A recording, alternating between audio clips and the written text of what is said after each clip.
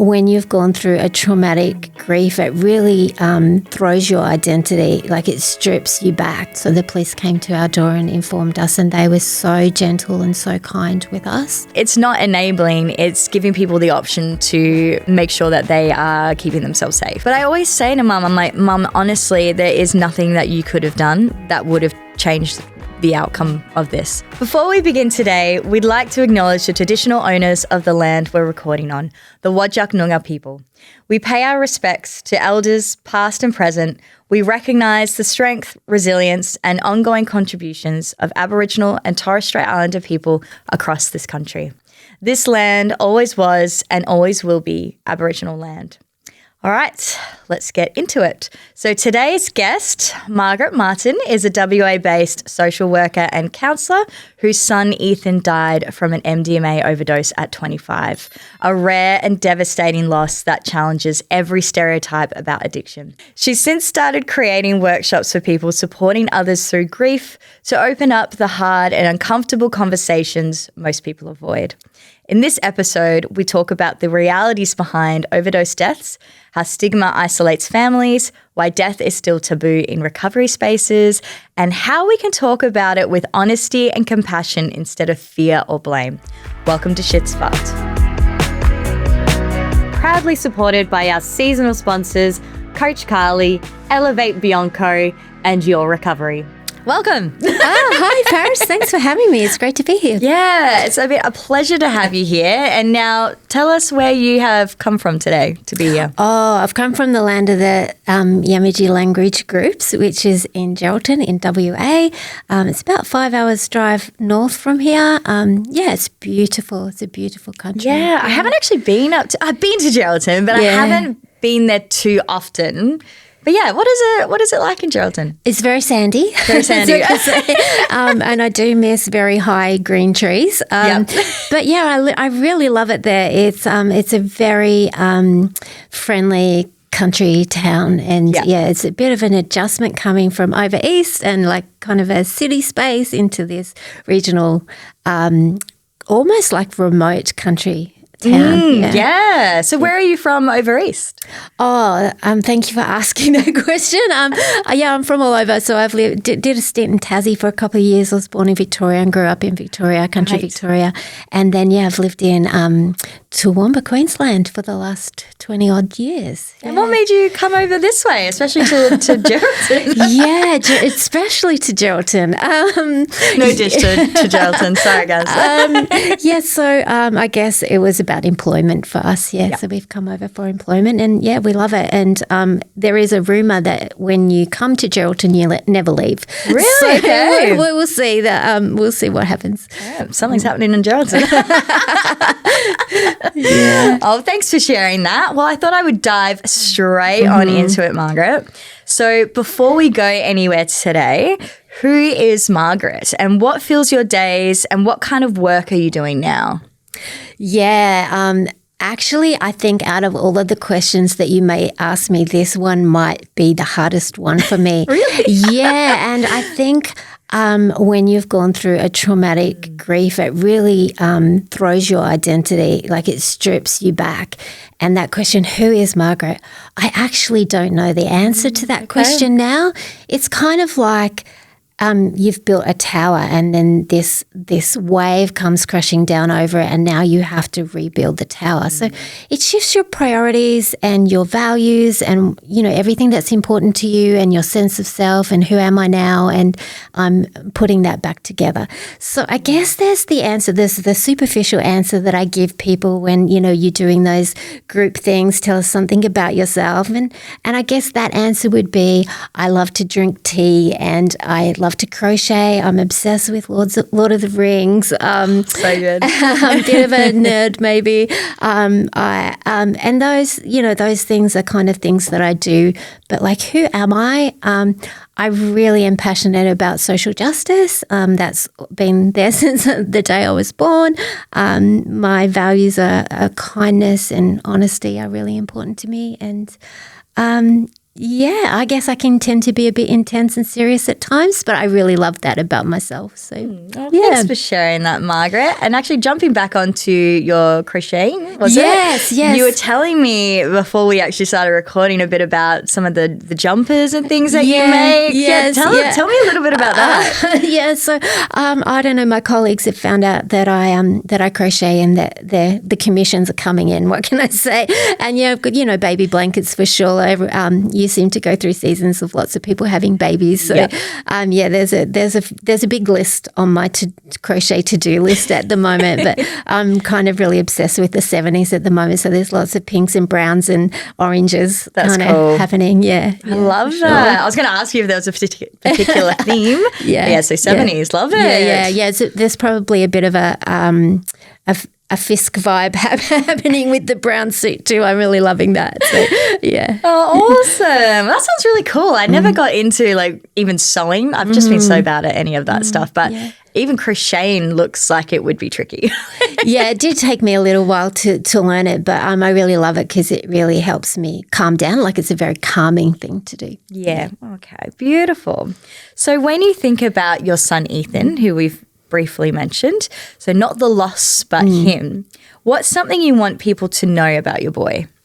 I really love this question because it's not very often I get a chance to talk about Ethan as a person. People are often curious about his death, but he is more than the way that he died. And I think when we talk about Ethan, he's kind of alive in that moment, and I love that. He was very cheeky always, even as a baby, he, had this cheeky grin. He was a risk taker. Reckless was the word that I used to use. Reckless, he's so reckless. He was very thoughtful in a very philosophical kind of way, and he would come up with these very deep kind of thoughts that you would have to really spend some time to unpack a little bit. And and he was very energetic. He just would run everywhere. He's the child out of all of my children. He's the one that would ride his skateboard down an asphalt hill and break his collarbone. Oh, wow. He's that child. So, yeah. How many siblings did he have? So I have 4 boys, and he is my second son. And, he was a chef, and he was amazing at it. He became a head chef at quite a young age. Awesome. And he loved it. He was so passionate about cooking, and he had plans to open his own place at one stage. And he would love creating recipes, and I really miss him, particularly at Christmas time. It's like, who's going to do my cooking now? He was great at that, and he loved it. He loved it, and he had 2 beautiful girls that he absolutely adored. And if you asked him, he would say that they're the most important thing in his life. So I can't kind of go on without mentioning that, because he was a great dad. Just really patient and caring. Yeah. Oh, that's beautiful. How old are his children now? They are 10 and 5. 10 and 5. Okay. I don't have contact with them. Okay. Yeah. All right. We don't have to get into that. But he did. He absolutely loved his girls. Yeah. Yeah. And I think with addiction, life is complicated, and it can be complicated. And so his relationship with his girls was also complicated. Of course. Yes. And we'll probably get more into the addiction side of things a bit later, but thank you so much for sharing that. So can you take us back to when you lost Ethan? So what happened, and what do you remember about that day? Yeah, I was actually talking to one of my other children about this last night. It's not a day that my brain often allows me to go back to that day. It's traumatic. It's really traumatic. What I do remember, and what I'm kind of maybe willing to share about that day, is how amazing the police were. So the police came to our door and informed us, and they were so gentle and so kind with us. I also remember, it's not like it is on the TV. It's not like and not for me, and for a lot of other mothers in similar situations. We don't do the guttural scream that you kind of think that you will probably do. That is talked about a lot, yes. Yeah. So that didn't happen for me. But I do remember just just talking, and I felt like I was saying intelligent things, but I don't remember anything that I really said, and I'm sure I was just babbling. But yeah, I'm not sure what the police made of that. But yeah, and also like asking lots of questions like that they couldn't answer for me. But and you know, I do remember the feeling of like feeling shaky and sick, and it's kind of like your head is like in the cartoons where your head is just spinning around. Like, so yeah, I do remember that feeling. And then after they left, I guess that's when the tears come. Yeah, reality kind of hit a bit more. Yeah. And I think the reality hitting is an ongoing process. Yeah. Yes. Yeah. Yeah. And, you know, you remember the weirdest things because they told us, the police came like Friday evening, and then Saturday morning I got a phone call from the chiropractor, and they're like, "Oh, you've missed your appointment." And like, of course, that wasn't the last it. on my to-do list right now. Yeah. And then just recently they sent me a message to say, "Oh, we haven't seen you for a while," and it just took me back to that moment. Right. So yeah, it's funny, like the things that like I'd completely forgotten about. Yeah, just your brain is an amazing muscle. You know, it protects you the best that it knows how to do. So yeah. Yeah, no, thank you for that. And I can relate when you were saying that it's hard as well to even remember a lot of the things that have happened that day, because I have complex post-traumatic stress disorder. So a lot of the times when I think about some of the most impactful, most traumatic moments of my life, it's like my brain just turns to mush, and everything just – I try to describe it as like, you know, all those like scribbly like lines like in my head, and it's just like it's just I can't actually can't make anything clear. It just it's like it shuts down on me, and I can't even try to think about it if I wanted to, or if I am able to think about it for a little bit, it's not long after my brain will then, "No, we're shutting this down. Like too much for today." I do get intrusive thoughts about the police coming to my house. I guess that is one thing that maybe I don't really share with people, and it's probably not something that you really think that it's not something that you would consider somebody is thinking about. Yeah. So it's not like people are checking in on me because they don't know, but it is one of those really bizarre parts of this grief experience, and you just don't know how grief is going to show up in these moments. Yeah, but that is one thing that I do have from that day is I have very mixed emotions about the police, even though they were amazing. Even if I see them in the street, I can feel my heart racing and my body changing. Of course, yes. Because you've got that association now with them. Yeah, of course. I didn't think about that. You're like, yes, makes complete sense. So in the immediate aftermath, those first days and weeks, what was that like for you as his mum? Yeah, so there's a story to that, I guess, that I don't know whether it's an interesting story, but so he had died somewhere on the Thursday night. He was found Friday afternoon, and the police came and told us Friday evening. We had already planned to move to Geraldton, and so that was we had the removalists coming on that Monday.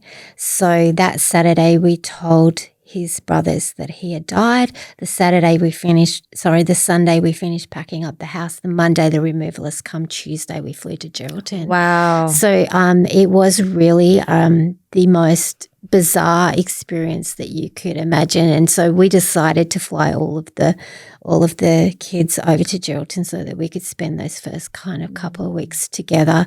My counsellor calls it cocooning. We were doing some cocooning, and we just kind of huddled down in this gorgeous Airbnb. It's lovely though. And just kind of spent some real quiet time together, maybe going for walks, and none of us were really hungry, and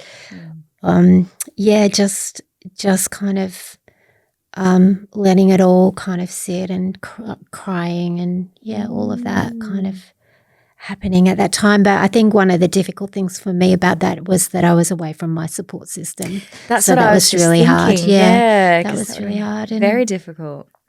Yeah.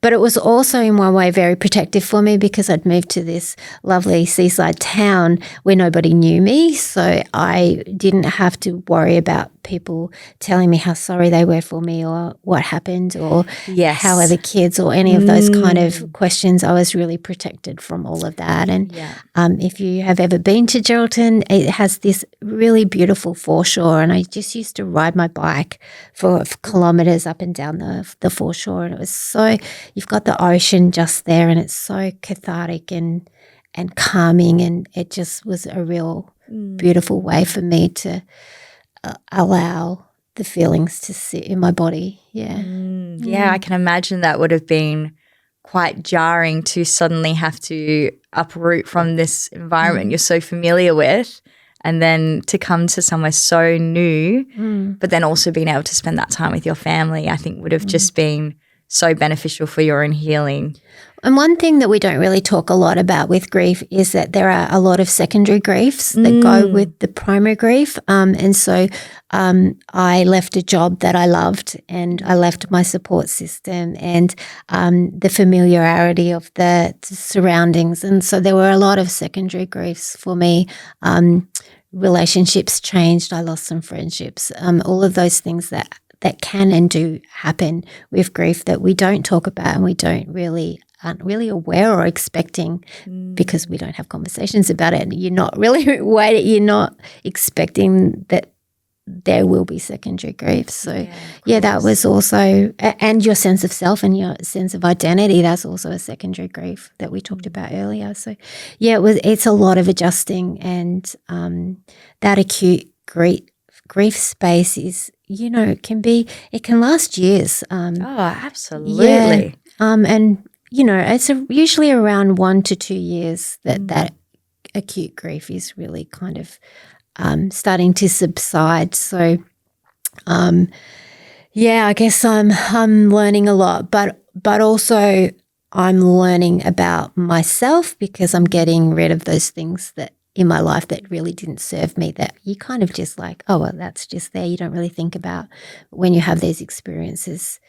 You don't have the privilege of allowing things in your life that you have no energy for. Yeah, absolutely. I was just thinking about, I'd love to know a little bit more around how you were able to support the family, like as you were all grieving, like particularly like as the mum in the dynamic. Like how did you go about that? Well, all of my children are adults, so I should say that because that makes a really big difference. So allowing them to, obviously grieve in the way that they grieve. Somebody, a bereaved mum who I'm friends with told me very early on, do not let anyone tell you how to grieve. And it was the most important piece of advice that I've received. And so that was true for my kids as well. Like they can grieve in what way they need to grieve, and that's okay, and allowing them to do that. And we learned really, really early that we were not going to say, is there anything you need? Are you okay? Because within the first maybe 2 days, that got real old real quick. Yeah. Of course. So we're like, okay, we're not going to do that anymore. So, and particularly as a mum, because I'm like, are you okay? Is there anything you need? I was like, they're like, no, mum, we're done. We're done with those questions. So that was probably, and then. Coming up to like the deathversary and the birthdays and, the Christmases, all of those really significant events, it's allowing them to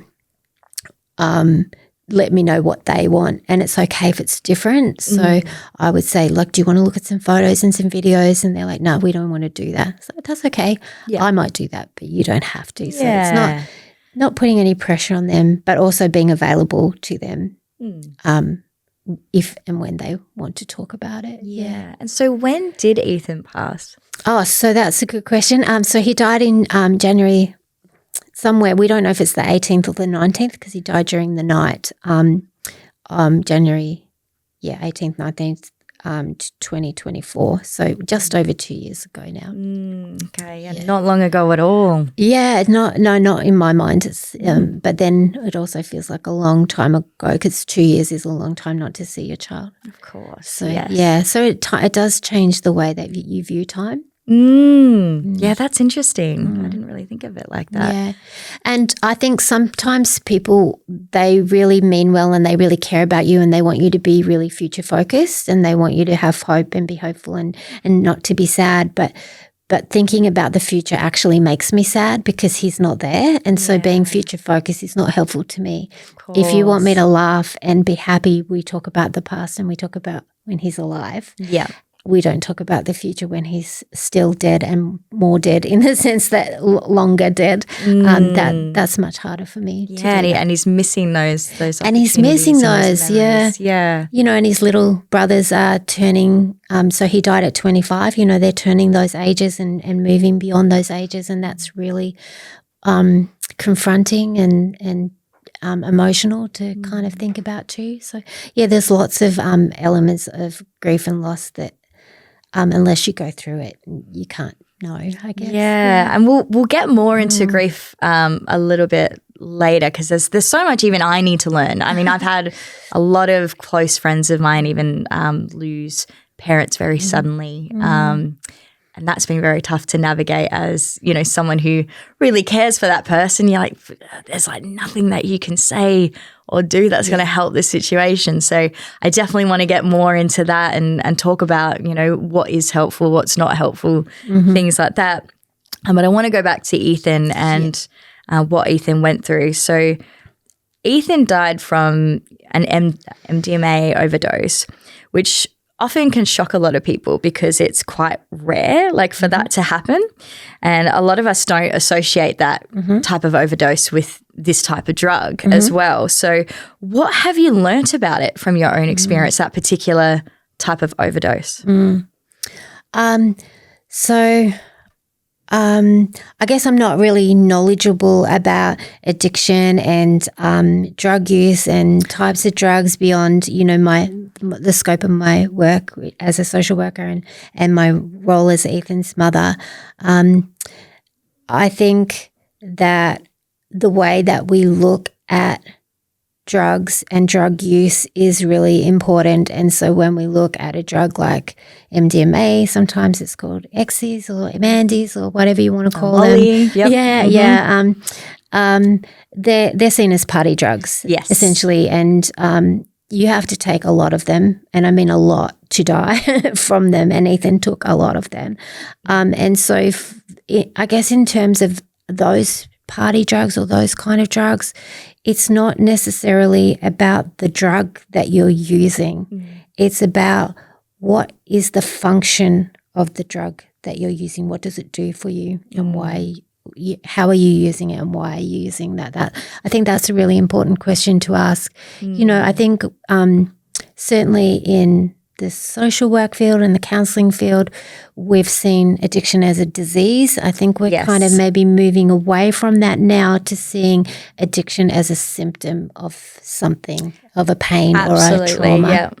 And, you know, for Ethan, that's how he used the Mandy's. He had a lot of emotional pain, and and for him, he wasn't as I'm still learning a lot about Ethan's behaviours and choices, even now 2 years after his death. But I think for him, he wasn't addicted necessarily to one drug. He was addicted to the experience and the feeling that any drug would give him. So he used quite a lot of different drugs, my understanding.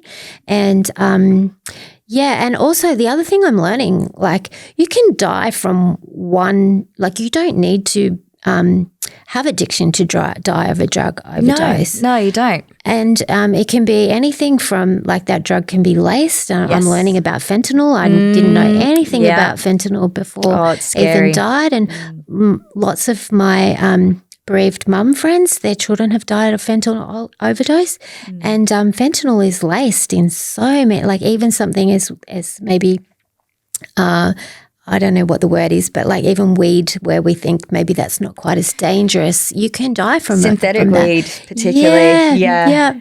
I think there's lots of things and nuance in these conversations that we don't often have around drug use. I think for me, it's really important that we have drug testing available, clubs and pubs and festivals and music concerts and stuff like that. I think it's because party drugs, usually they're not a problem for people, for most people, but they can be if you don't know what it is that you're taking. Yeah, absolutely. And I agree with what you're saying as well, particularly with the drug testing, which so many people push back on that and they're like, you're enabling. No, it's not enabling. It's giving people the option to make sure that they are keeping themselves safe, Yeah, and look, I've got a lot to say about that around people's understanding of that. I guess I come from a sociologist kind of like social view of that. And we have people that drink an awful lot of coffee or eat an awful lot of sugar. And like, yes, one is legal and one is not legal. But if we're talking about coping strategies for dealing with pain, we all have them. Oh, we look at all alcohol. have them, right? Alcohol, which is legal and kills more people. Absolutely, it does. So, I have some opinions about the hypocrisy that we encounter when we talk about drug use. Yes. Oh, and look, I put that down to a lack of education as well, and a lack of understanding. Because even I can talk from the experience of an addict, I was an alcoholic for 17 years and a meth addict for 10. And so, for me, I see things in a much more different lens. Like I've got a lot more compassion for those who are going through those struggles, but I still cut the brunt of, being in an online space of the judgment of others and, sharing some parts of my stories, and you get the odd person commenting like, and whose fault is that? It's like, and I'm like, oh, well, if we're going to play fingers, I guess it was mine, but do we need to do this right now? Yeah. And it's interesting that the word choice too, right? Like maybe it starts out as a choice, but it's not a choice to be addicted, It's not really a choice. No, it's interesting, that word, and I do like to challenge people. I did actually write an informative piece about that in my company called Your Recovery, which is doing the one-on-one peer support services for people going through addiction. Because, that gets thrown around a lot, that it's a choice and, you just need to be, more in control, sort yourself out, all these typical things. But there's a lot that goes on neurologically and in a physiological sense as well when it comes to addiction. So it's not as simple as that. It's not that black and white, and people really need to understand that better. Absolutely. Have some compassion. and we know that some people are more susceptible to addiction than other people. Yes. So not everyone's starting off at the same place either. Yeah, exactly. And there's so many components that go into that. Well, I won't even get into that. That's a whole other episode in itself. But yeah, it's I can already sympathize with, the way that you've been talking about how Ethan was using a lot of different drugs. It was like whatever that feeling was providing him. I can recognize a lot of myself in that, because I was very similar. Like, yes, like alcohol and meth were my drivers, but if there were other things around that were going to numb it down further, I wasn't saying no. Exactly. Yeah, exactly. But yeah, and that all comes from pain. That all comes from pain. So yeah, I feel for Ethan in that sense. Yeah. Yeah. So where do you think Ethan's challenges with substances first began, and what did that look and feel like for your family at the time? Yeah, and I guess as a mum, this is the question that goes around and around and around in your head. It's probably the question that might make me cry. That's okay. Yeah. You're welcome. Because I'm his mother. Should I not have known this? Should I not have, it's all the shoulda, coulda, wouldas that come up when we think about, like, where did this start? And I have a very strong belief that I don't have evidence for, but which is that Ethan was diagnosed with ADHD about 12 months before he died. And I think if he had been diagnosed as a child, would that have made a difference? Because we do have evidence to say that undiagnosed people with ADHD have higher rates of addiction and substance use. Absolutely. Yeah, that's true. So, so that there's that element that I think he was a risk taker and he was craving those dopamine hits even from the young age. As I said, he's the one that would end up in the hospital because he's using a Stanley knife and he's cut his leg. That he's the one that's doing these things with that, that's trying to get that the dopamine that his brain isn't producing naturally for him. So there's that. He's also one of those people who can endure enormous physical pain, like the Monty Python sketch. It is but a scratch. Flesh wound. That was Ethan. He absolutely could, carry on, have his arm cut off, and he'd be like, "Yeah, what are you talking about?"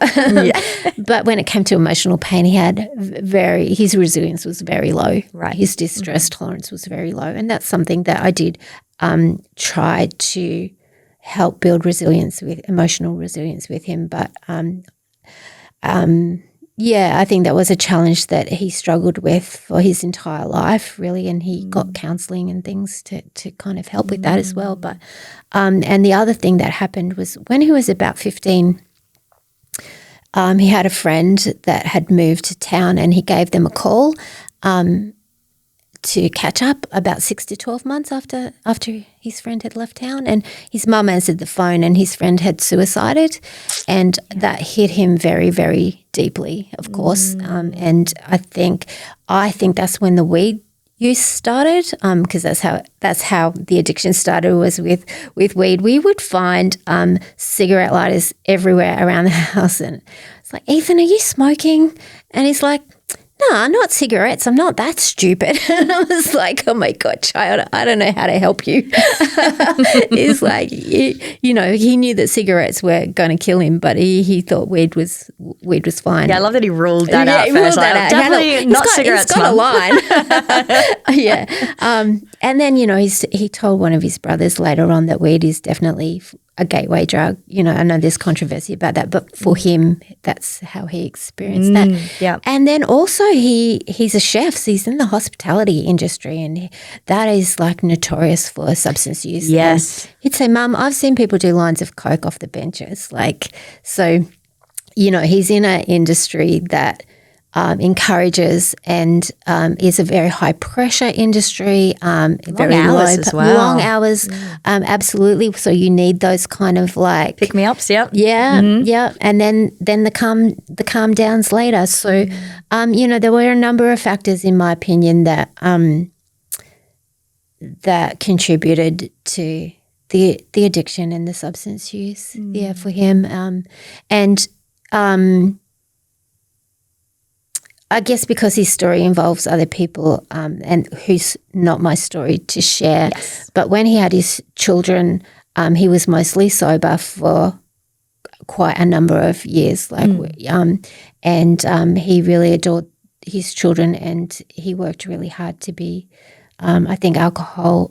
He said to me once, "I don't have a problem with alcohol, but sometimes alcohol is a problem for me." So he had done a lot of work, a lot of counselling, a lot of thinking about how to stay sober and keep his sobriety, but it was always a challenge for him. Yeah. Okay. And so within the family dynamic as well, how was everyone supporting him at that point in time, or having those conversations with him? Yeah. So for us, I guess we don't have a very stereotypical kind of experience here. So when Ethan was 16, he decided to leave home, and he was expelled from school because he had bought alcohol and shared it with a group of 15 kids sitting around a circle in the park that they thought that nobody would notice in their school uniforms, mind you. He wasn't That's always a rookie mistake. He wasn't always a bright spark, but so he got suspended and then eventually expelled from school, and then he was doing his apprenticeship at the time, and he was being treated like an adult at the apprenticeship, and he's being grounded at home like a child, and there was a bit of a discrepancy for him. So he decided overnight, he basically said, I'm leaving home tomorrow. And then he left home, and then he did the whole drug, sex and rock and roll thing. And we didn't hear from him for about 2 months. And I actually went door to door knocking, looking for him at one stage. And I actually got really close. If I had gone one more house, I would have found him. Oh. So, but yeah, we did, I think 2 months later, we got in contact again. He made it really clear, this is not about my relationship or our relationship. Yeah. This is, I don't want to be parented anymore. Cheeky little bugger. He said to me, you've done such a great job raising me that I don't need parenting anymore, and I want to go out on my own. And so smooth. Like, I got this. I just want to give it a go and see if I can do it. But bless him. And he, there were times where he was on the streets, but like, only because like he was like maybe partying or something, and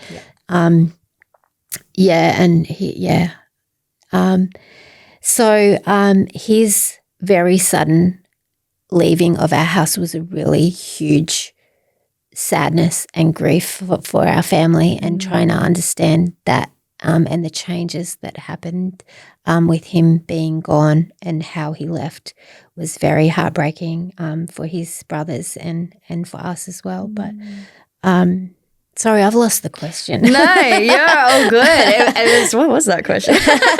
That was, it was, where do you think Ethan's challenges with substances first began, and what did that look and feel like for your family at the time? Yeah, and I think like his relationship with his brothers, he one thing about grief and loss is that when you lose somebody, their role in the family is missing, then that whatever role that they played it has to be filled or doesn't get filled by other people. And he was really great at joining getting the family kind of together, because he had so much energy. He's like, come for a hike, or let's go kayaking, or whatever it is. So it sounds fun. He was super fun. Yeah.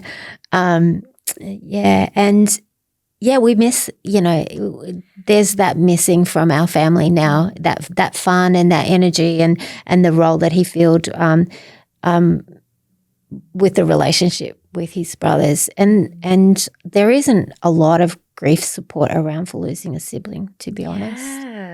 Okay, that's probably something worth looking into, actually. There's a lot of support for parents who have lost a child, but there's really nothing for sibling support. Okay, that's good to know. I'll need to look further into that. Okay. Well, thank you for sharing that. It was really nice to hear about Ethan and his energy. That was lovely. Yeah. Looking back now, were there moments where you sensed something was wrong but didn't know what to do with that feeling? Yeah. I learned very early on when he left home, I had to do a lot of soul searching around, this is Ethan's life. And as much as I would like Ethan to make different choices, I don't have control over that. Yeah. He is responsible for his own life, and he has the right to fuck it up however he wants to. And that was really hard. That was a really, really hard lesson to learn, particularly at 16. But he wasn't at home, and I didn't have any influence or control over the decisions he made. Even if he was home, it would be very difficult. Yeah. Right. Yeah, and look, one of the last conversations I had with him was, Mum, why didn't you make me do this, and why didn't you make me do that? It's like, that's not how this works. It's not. I can't. So looking back, once again, the woulda, shoulda, couldas. I was doing some grief training as a part of my work with a man called David Kessler, and he's amazing. If you ever shout out to David Kessler. And he said, people will discourage you from asking the whys, or what I should have done this, or what would have happened if I had have called them that day, or I should have checked in, or And he said, actually, it's not helpful for people to tell you not to do those things because you're going to do them. This is going to happen. And you should lean into that. That's fine, do them. But you will get to a place where you will realize that there are no answers. Yeah. You won't get the answers. Yeah. But that's okay. It's a part of the grieving Part of the process. Yeah. Yeah. And there are still times where I'm doing the woulda, shoulda, couldas. If I look back, what if we had have got the ADHD meds? And look, we found out after he died that he was overusing them anyway. So who knows? It may not have made a difference. Exactly. So it's, were there signs like we knew that he was using weed? We could have come in stronger around that, but we just thought it was age appropriate experimentation. Most kids try weed at some stage and we weren't particularly worried about it. In hindsight, which is great to have. Always is. Maybe we could have dealt with that differently. I don't know. But I think he knew that we wouldn't have liked the choices that he made, which is one of the reasons why he left home, because I think that was a part of him. We have these fancy words in counselling called individuation and differentiation, which just means him finding out who he is as his own person. And as a parent, it's such a difficult stage to let your child go. Yeah, and my family went through the exact same with me, and it was very hard on them. Like my mum, even in particular now, like she still struggles with the, woulda, coulda, shoulda. And she worries that, she didn't do enough or maybe, if things were different or rah, rah, rah. But I always say to Mum, I'm like, Mum, honestly, there is nothing that you could have done that would have changed the outcome of this. Like, yes, it was super shitty that I went down this path and every fucked up thing that came with it. But I was like, at the end of the day, I wasn't even in a place to recognize that I needed help, for one. So anything that you said to me, I would have gotten very defensive about and been like, I'm fine.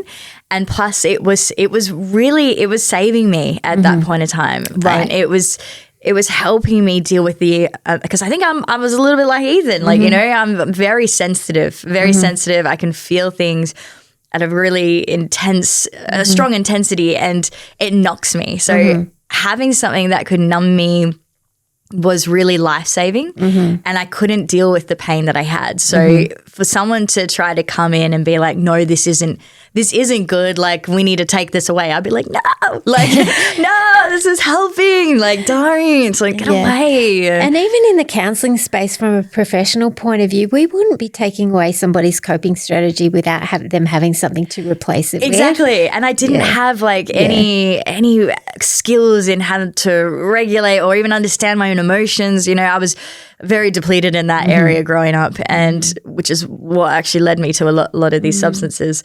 But yeah, as I said to my mum, I was like, there's literally nothing you could have done. Yeah. There is nothing you could have done. I was like, I only changed and got out of this because I was ready to.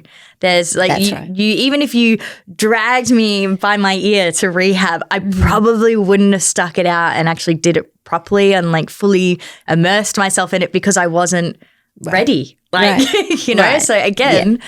Absolutely. I don't think there would have been anything that you could have done. And to come to a place where I'm okay that I was an imperfect parent, and that's okay. But no one is either. Yeah, I think when you have a child that uses substances, you're often blamed for that. What you must have done something to cause some trauma in their life that they would turn to that. There's always this. Sometimes it's underlying. Sometimes it's very confronting and in your face. Like, I just even remember one day in a different town that I live now, where we were living, and Ethan was not going to school because he was doing his apprenticeship, and so he would ride his skateboard everywhere. And there was a particular area of town in the centre of town where the kids who weren't at school would hang out, and you would hear complaints from people all the time. Why aren't they in school? Where are their parents? And I'd be like, hi, I'm the mum of one of those kids. What would you like to say? Like it's just there's a lot of, because we are responsible for our children and we do take that seriously, obviously. But where is that line between I am responsible for my child and I'm responsible for keeping my child alive and my child is not alive. So what does that mean for me? And so, there's a lot of deep thinking about those kind of really tricky, emotional, stigmatized thoughts and comments and all of that. Yeah, we'll get into that more as well. Looking forward to it. So for families, the line between caring and enabling can get loud and confusing. So what actually helped in your home and what backfired? Yeah, so I guess we're in a different situation where Ethan wasn't living with us during that addiction space. So, and as far as I'm aware, he never stole from us. He never asked us for money. So we weren't in that really tricky situation like around do we have to provide this child food, and if we give them money, what are they going to spend it on? We didn't have to worry about any of that. So that I think is a much more fraught and heartbreaking kind of place for parents to be in. We did provide Ethan with some housing before he died, probably 2 years, so 12 months before he died, he was not living with us, but the 12 months prior, we provided housing, and he said to me, "Why didn't you kick me out? You should have, shouldn't have allowed us to live there. Why didn't you do drug testing?" He was asking me these kind of questions. I'm like, well, first of all, you're not 16 anymore. You're 25, and if you want me to drug test you, you come to me and say, "Mum, will you drug test me to keep me accountable?"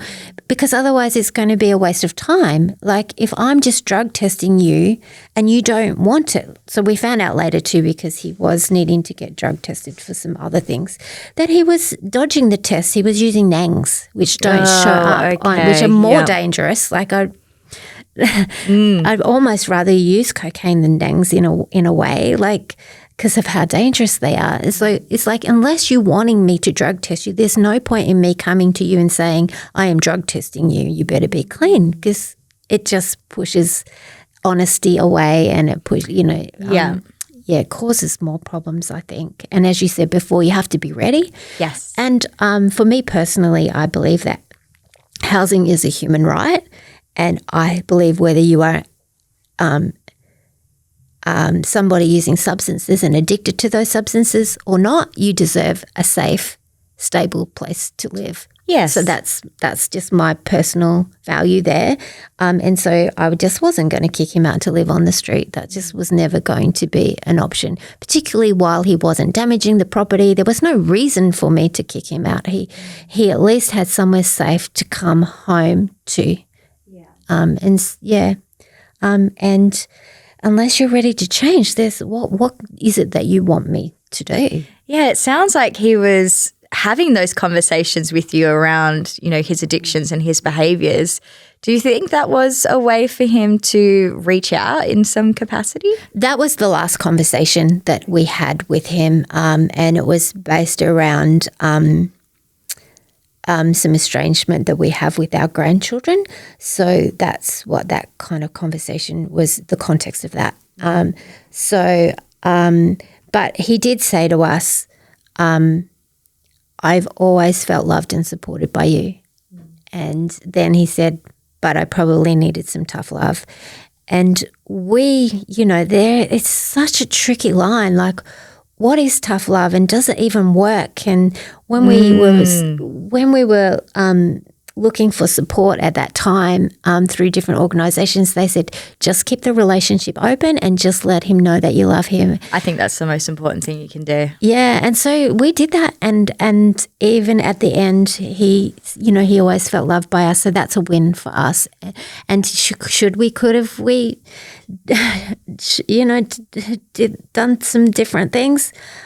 Of course, but we did what we knew how to do, and we tried to educate ourselves as much as possible to be able to support him in a way that was going to be best for him. And in the end, he was responsible for his life at 25, not me. Yeah.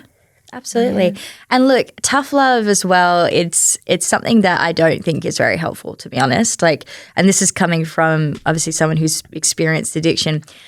I can see why Ethan would have probably felt that way, because he felt like he needed stronger intervention. But again, like, for him to have changed, it needed to that desire really needed to come from within. And I find as well, like, when it comes to tough love, it literally is life and death for some people. And so there's people that have, you know, given someone that tough love and then they've lost their loved one.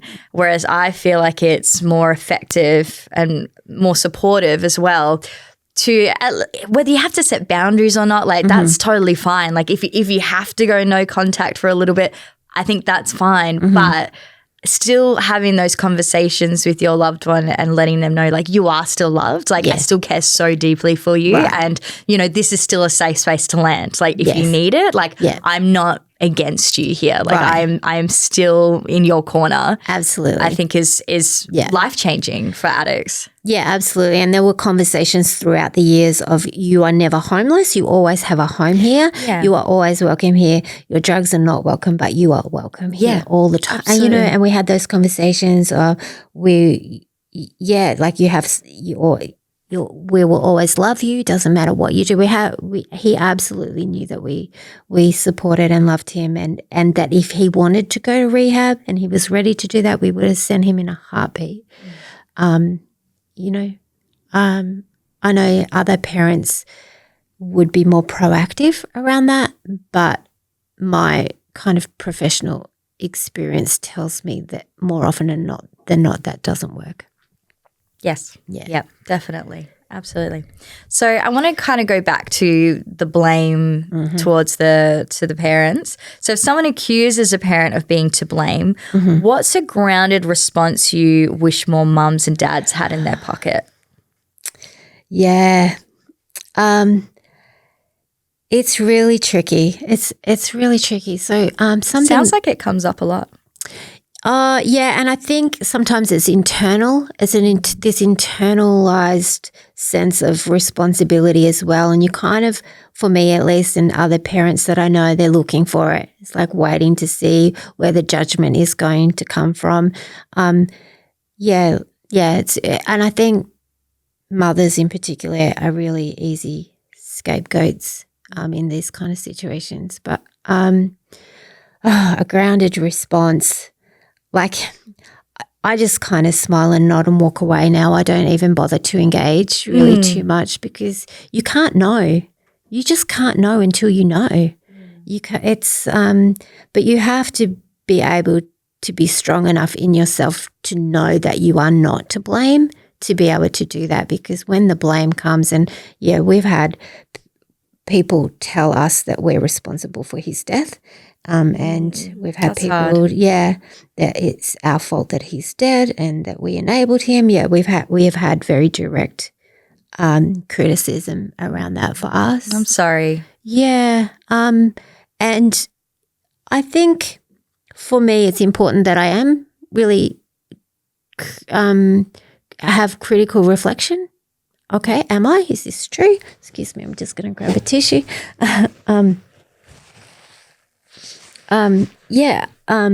Is this true? And if so, which parts are true? If it's not true, where is this coming from? Is there some projection happening here? Yeah. Is this person trying to understand? Are they trying to, because blame is one of those things that happens with any death. In order, as a human kind of experience, we want to understand who's to blame for this death. You want to make sense of it. You want to make sense of it. And so we want to know how the person died. It's really important we know how the person died so we know who to assign blame to. And in the case of, for example, suicide, we would blame the person who suicided. In a car accident, we want to know who's at fault in the car accident. And rightly or wrongly, that's just the way kind of our society frames death and blame, unfortunately. And in the case of drug overdose, it either has to be Ethan's fault, or if it's not Ethan's fault, then whose fault is it? Well, then obviously it's the parent's fault. So what is a grounded response to that?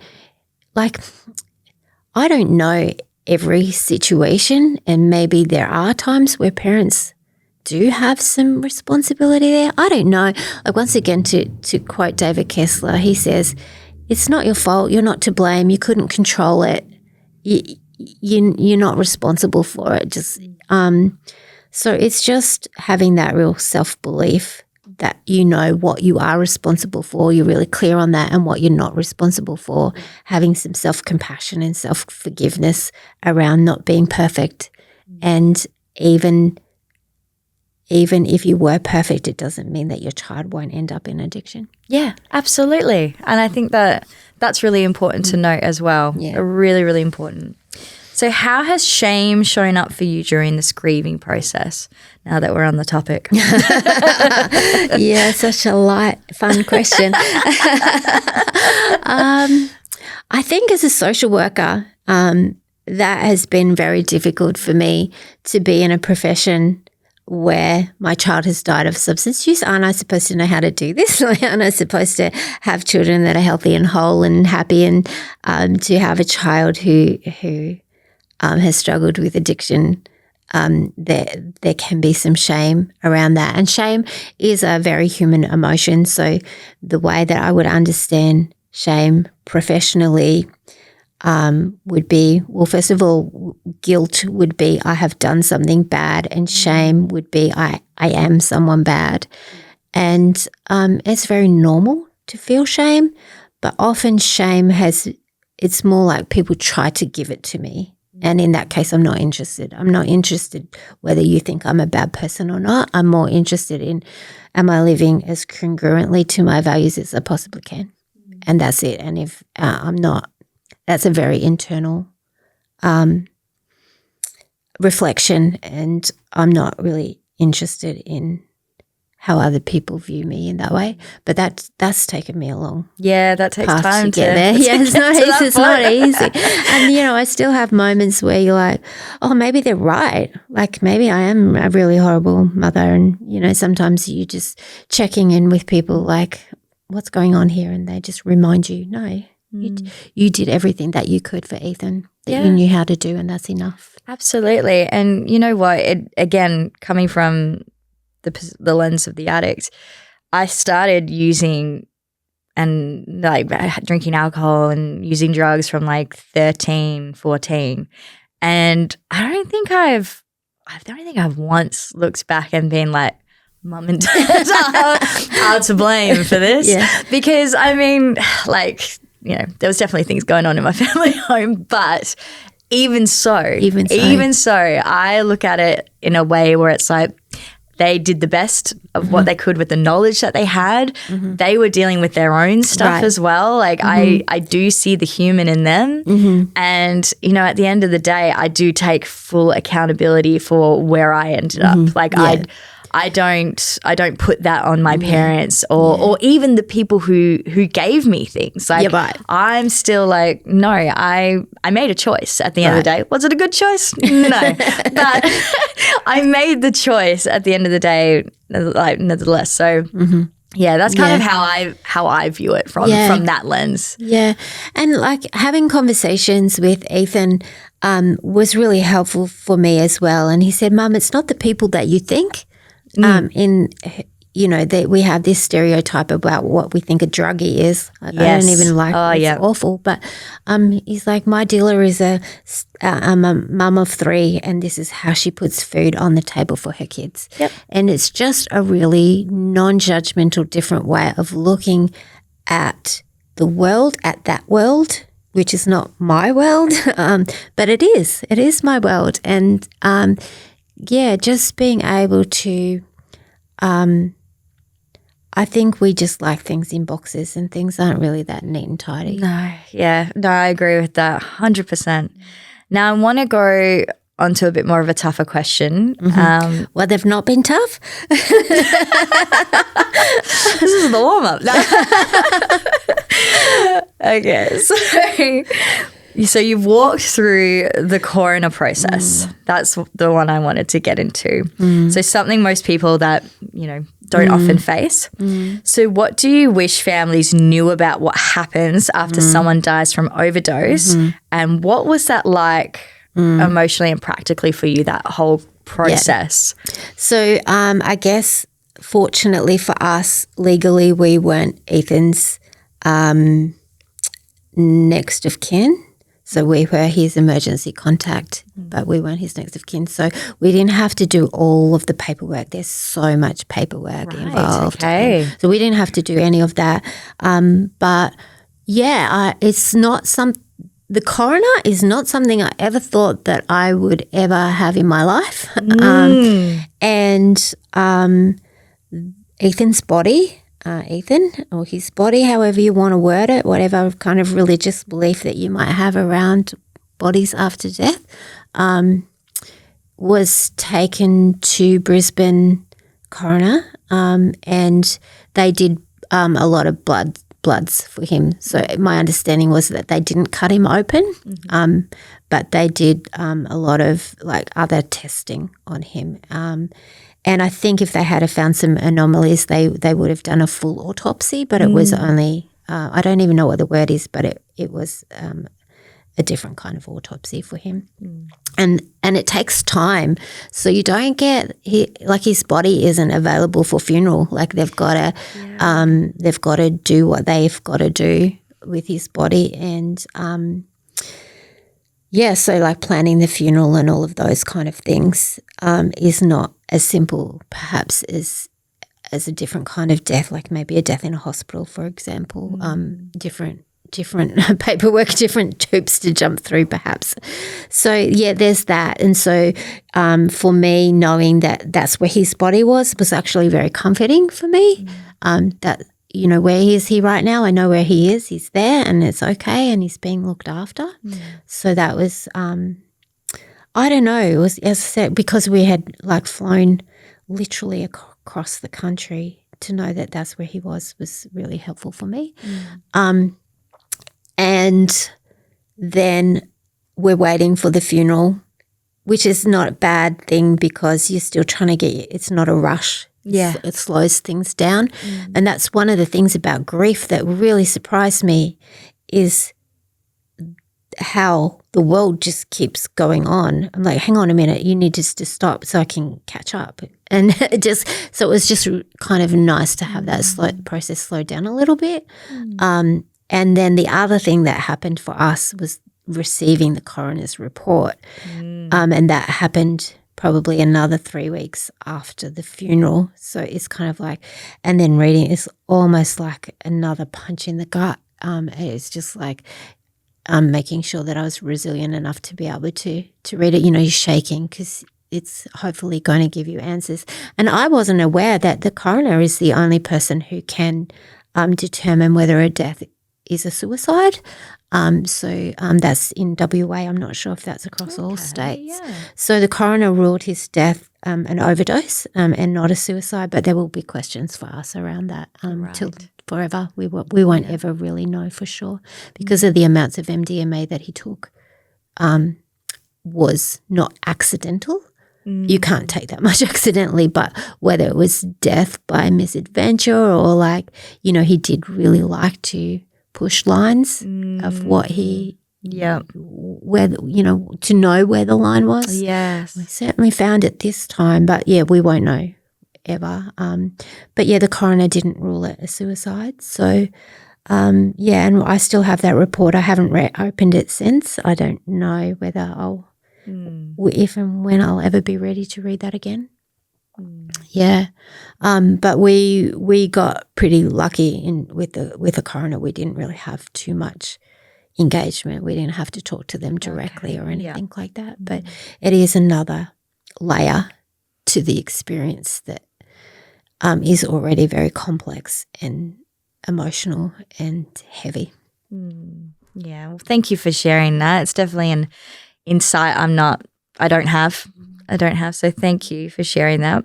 Now, I wanted to talk a little bit more on the recovery spaces and, you know, a lot of the recovery or support spaces, people talk about, you know, healing and hope, recovery, but not so much about the reality that sometimes people don't make it.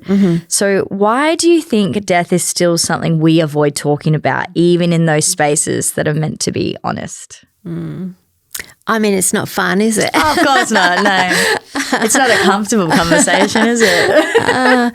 And look, some of those recovery spaces are very religiously driven as well, and so they have a different understanding maybe, or maybe a religious belief around death, and maybe that might inform how they're having conversations in those spaces. Certainly in the town we lived in, that was the case. But I think people, once again, people want hope and they want future. They want you to think you can get through it. Yep. The other thing I was thinking about in preparation for our conversation was, if I were to talk to Ethan about, you could die, like if you take these drugs, you could die, he would not have cared. Yeah, I didn't care. He would not have cared. It was a risk that was worth taking. So I'm not even really sure how valuable it is to have those conversations. And I think anybody who's using any kind of substances knows that there's a risk. And it's not like they're going, oh, I didn't know. I am shocked. Shocked, yeah. That's what I'm hearing of this. And look, there's a risk when you get in a car. There's a risk when you get on an aeroplane, that, you know, that it's a risk. And so, you know, he just would not have cared. And actually the risk is part of the thrill for him, would have been, I imagine. Yeah. I think those conversations as well could come from a way of like harm reduction.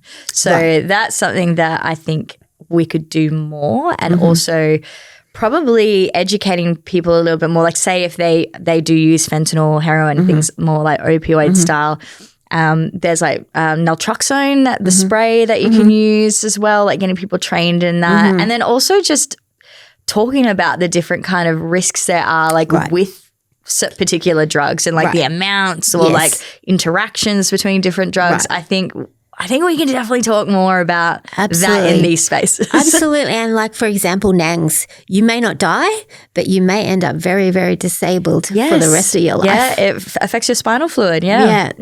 And once again, that's not to say that disability is not something that is necessarily a problem, but maybe it's not the choice that you might want to make. Yeah. Of course, I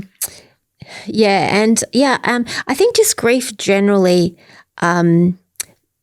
is a topic. It's taboo. We just don't talk about it. And I think people are scared of upsetting people. And look, I don't really know too much about recovery spaces, so I can't speak specifically about that. But I just kind of wonder whether, if you're already having heavy conversations and you feel like you're having, you know, conversations that are telling people what they should and shouldn't be doing. I don't know. Like it just feels a bit weird and uncomfortable maybe. I don't know. But with disenfranchised grief, so that's grief where somebody has died from suicide or drug addiction or other deaths that have shame and stigma attached to them, we know that support drops about 50%. 50%? It's about 50% than people who have died in car accidents or cancer, diseases. And due to the stigma and shame. And so I do wonder whether those conversations in those recovery spaces are, you know, potentially really valuable for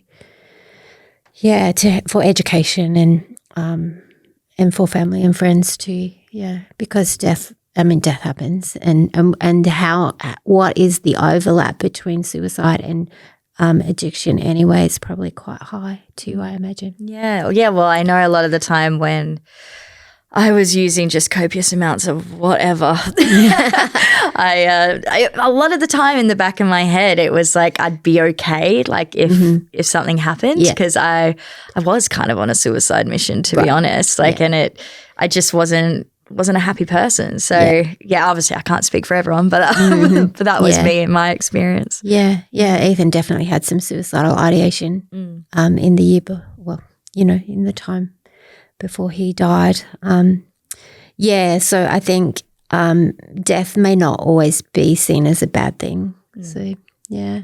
Yeah, absolutely. So we'll go on to a bit of a lighter topic. Tell me about the work you're doing now. So the workshops for people, supporting the supporters, and your upcoming podcast, Unspeakable. So I'd love to hear a little bit more about that. I think having some lived experience around grief and loss, it really drove home to me how little we understand about grief and loss and how little people are prepared to support people going through it. And so I struggle with it. Yeah, so knowing what to do and what to say, and the amount of people that said to me, I didn't want to make it worse. Yeah, I think of that. Yeah. So that really motivated me to start some workshops. So they're 2-hour workshops. They're online. It's called My Condolences Workshop. And I teach you what to do and what to say when somebody dies. Get onto this. Yeah. So essentially, I think the take home for that is I am already sad. You cannot make me sadder. And if we're not talking about Ethan, then he's not alive. Like he's alive when we're talking about him. So please talk about him. And you can't make it worse. Yeah. You can't make it worse. They're probably the two things. Quick tips, I guess, helpful hints.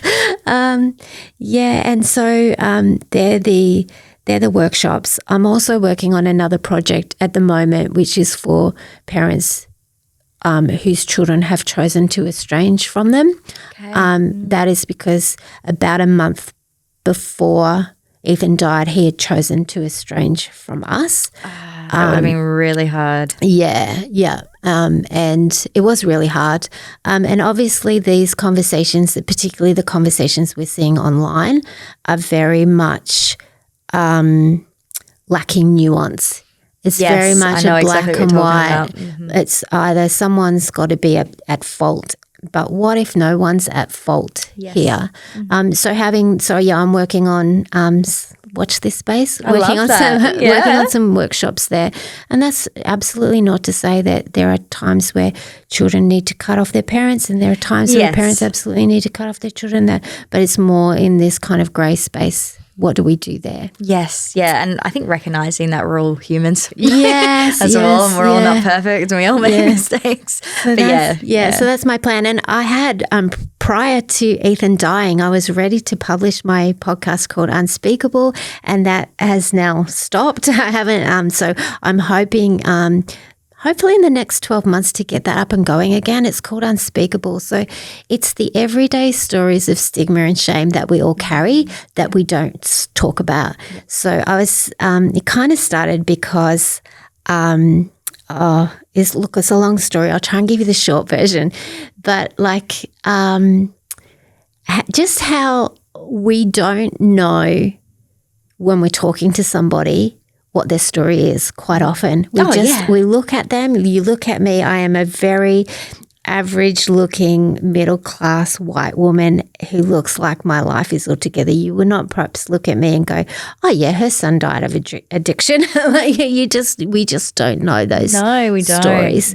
And so this was prior to even Ethan dying, because I've got a lot of stories in my life that people would be shocked or surprised to hear, I think, and I think everybody does. Oh, yeah, definitely. And I just thought, wouldn't it be great to have a space where we could start bringing them up? There's a quote by an author. Her name is Anna Voskamp, and she says, "Shame dies when stories are told in safe places."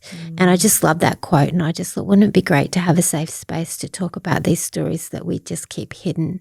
So yeah, that's why it's called Unspeakable,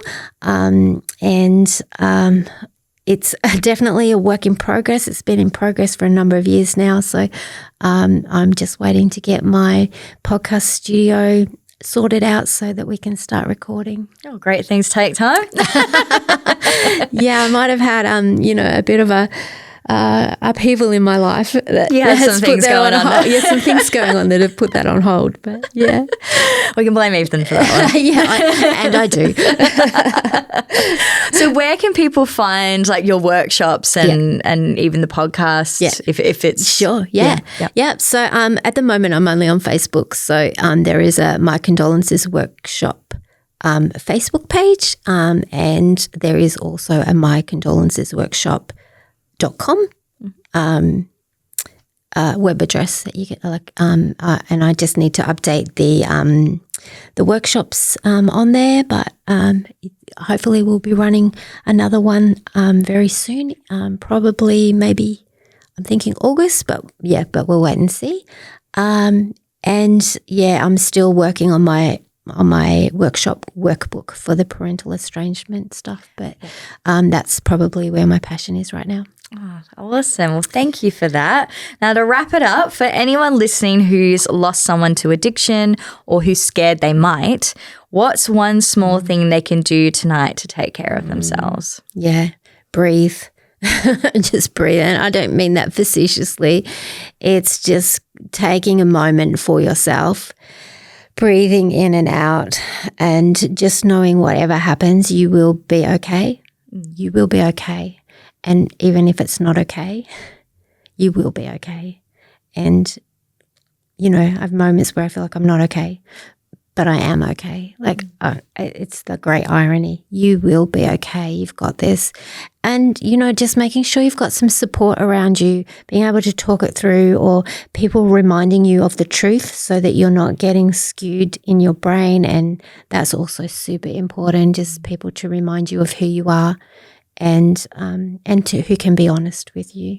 Yeah, that was beautiful.